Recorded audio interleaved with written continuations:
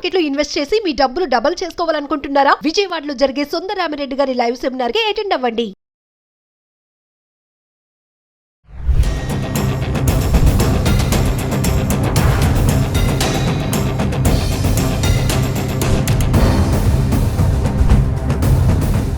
Hello viewers, welcome back to our channel.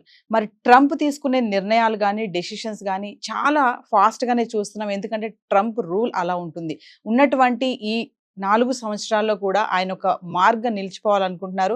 మరి ఇందులో చూసుకుంటే ఒకటి, ప్రభుత్వ రంగ ఉద్యోగుల్ని కూడా తగ్గించే ప్రక్రియలో 8 నెలల జీతం ఇచ్చేస్తాము, ఇమీడియట్లీ రాజీనామా చేయండి అని చెప్పడంతో మరి ఈ రోజు ట్రంప్ ఇచ్చినటువంటి ఆ ఎఫెక్ట్ ఫలించిందని అనుకోవాలి.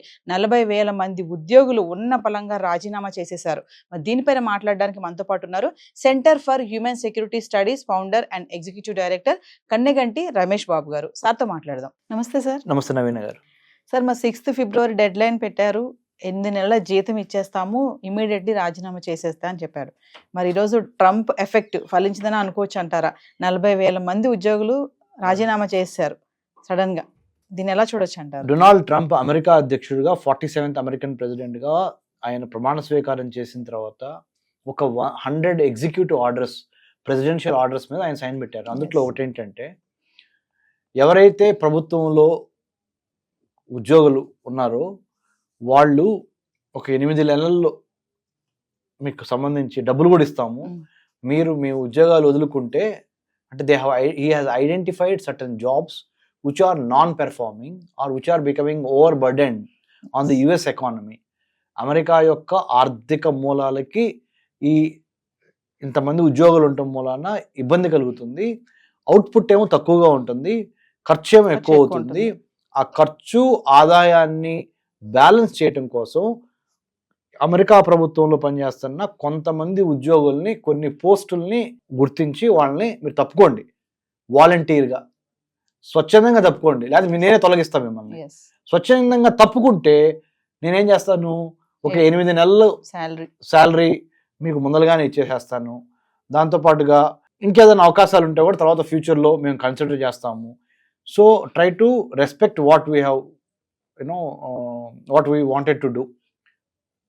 Reduction of government employees in the governance framework so that we don't need to spend much on the salaries part.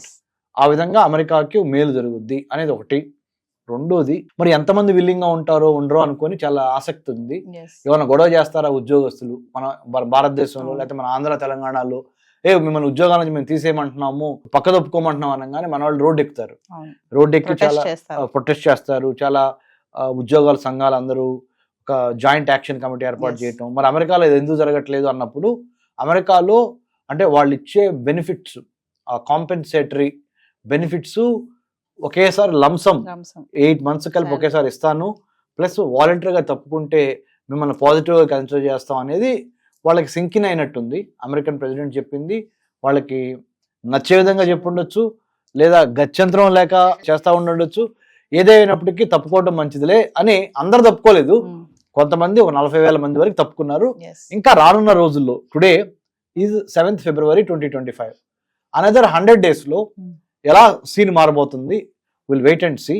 But definitely internal revenue service తీసేసి ఎక్స్టర్నల్ రెవెన్యూ సర్వీస్ పెట్టాడు అమెరికన్ ప్రెసిడెంట్ డొనాల్డ్ ట్రంప్. అంటే అర్థం ఏంటంటే, American citizens ఎవరు income tax కట్టక్కర్లా, ట్యాక్స్లు కట్టక్కర్లా, మీరు హ్యాపీగా డబ్బులు ఖర్చు చేసుకోండి. మీరు డబ్బులు ఖర్చు చేస్తే అది ఎకానమీ రొటేషన్ అవుద్ది, బయింగ్ అండ్ సెల్లింగ్ పెరుగుద్ది. పెరగటం మూలాన మా ఆర్థిక వ్యవస్థ మళ్ళీ ట్రాక్ ఎక్కుతుంది. మరి డబ్బులు ఎక్కడి నుంచి తీసుకొస్తారు ప్రెసిడెంట్ ట్రంప్ గారు అని మీరు అడుగుతారేమో అని చెప్పి ఆయన ఏమన్నాడు, ఈ ఎక్స్టర్నల్ రెవెన్యూ సర్వీస్ ERS అనేది క్రియేట్ చేస్తాను. వేరే దేశాలు, ఏ దేశాలు అయితే అమెరికాతో వర్తక వాణిజ్య వ్యాపారాలు చేస్తా, అమెరికాకి వాళ్ళ వస్తువుల్ని వాళ్ళ వైపు నుంచి మనకి పంపిస్తారు, ఎక్స్పోర్ట్ చేస్తారు, మనం దిగుమతి చేసుకుంటాం. ఆ దిగుమతి చేసుకున్నప్పుడు వాళ్ళ వస్తువులు మనం కొంటున్నాం కదా, వాళ్ళు మనతో వ్యాపారం చేసినందుకు, వాళ్ళు మనకు అమ్మినందుకు టారిఫ్స్ అంటే ట్యాక్స్లు ఎక్కువ వేస్తాం. ఆ ట్యాక్స్లు ఎక్కువ వేసినందుకు వాళ్ళకి చచ్చినట్టు కట్టాలి. ఆ వచ్చిన డబ్బులతో నేను మీ జీవన ప్రమాణాలు మెరుగుపరుస్తా, అమెరికా పౌరులు అయ్యి మీ దగ్గర నుంచి ట్యాక్స్ తీసుకోను. ఇప్పుడు వరకు ఏమైంది అంటే, ఈయన ఉద్దేశం ఇప్పుడు వరకు అమెరికా ట్యాక్స్ పేయర్స్ మనీతో వేరే దేశాలకి వెల్ఫేర్ చేశాము, ఇప్పుడు వేరే దేశాల మనీతో మన వాళ్ళు బాగుపడాలి. ఇప్పుడు వరకు జో బైడెన్ కానీ, అంత మొదలున్న బరాక్ ఒబామా కానీ, అంతకు ముందులో బిల్ క్లింటన్ కానీ, అంత ముందులో మిగతా ఏ ప్రెసిడెంట్ అయినా జిమ్మీ కార్టర్ కానీ, అంటే ఇదంతా డెమోక్రటిక్ ప్రెసిడెంట్ నేను చెప్పింది. రిపబ్లికన్ ప్రెసిడెంట్స్ ఎవరు? Senior, Bush junior, Donald Trump. So వీళ్ళందరూ రిపబ్లికన్ పార్టీ ప్రెసిడెంట్స్. సో వాళ్ళు ఇప్పుడు ప్రెసిడెంట్ గా ఉన్నారు కదా. Donald Trump is Republican. Republican గుర్తేంటి? ఎలిఫెంట్. అంటే big business houses, orthodox, conservative, Anglo Saxon, Christian, Jewish of high level. These are all అమెరికాలో ఉన్న Republican party base, social base ఇది. డెమోక్రాట్స్ అంటే ఎవరు? డాంకీ గుర్తు, వాళ్ళ పార్టీ గుర్తు డాంకీ, గాడిద. Blue collar workers, minorities, LGBT community, immigrants, తర్వాత హిస్పానిక్, లాటినో, ఏషియన్ ఇండియన్, ఎవరైతే చిన్న సన్నకారు రైతులు అంటాం కదా మనం ఇక్కడ తెలుగులో, అలాగే చిన్న మధ్యతరగతి పరిశ్రమలకు సంబంధించిన వాళ్ళు, ఇలా working class, blue collar working class అంతా డెమోక్రటిక్ పార్టీ సోషల్ బేస్. అది డెమోక్రటిక్ పార్టీ నిలబడటానికి ఈ sections of society they support.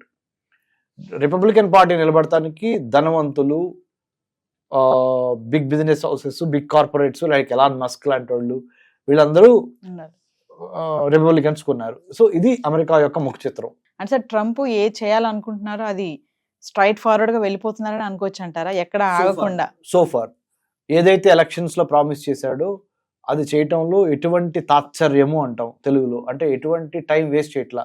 He's not wasting a single minute on what he has promised during elections after he has won the election and took over as the 47th president of the United States of America.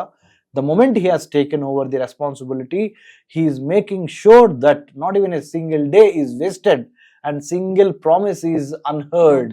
అంటే ఇది last కదా, ఈ 4 years లో కూడా ఈయన mark ఒకటి ఉండిపోవాలి. According to the Constitution of United States of America, you are not supposed to run for the third term. మూడోసారి అమెరికా అధ్యక్ష పదవికి నువ్వు అర్హుడు కాదు. కాబట్టి ఎవరైనా అమెరికాలో వాళ్ళు, అమెరికన్ పౌరులు, ఓన్లీ 2 సార్లు మాత్రమే, 2 times you can become the president of the United States of America. This second term being the last term to Trump, he said, I am not going to lose anything if I don't, if I do everything for my local Americans. So let me do everything. బయట వాళ్ళు ఎలా అనుకున్నా కానీ మేము మాత్రం నా America కోసం let's make America great again అనే ఒక స్లోగన్ లో ఫుల్ఫిల్ చేస్తా.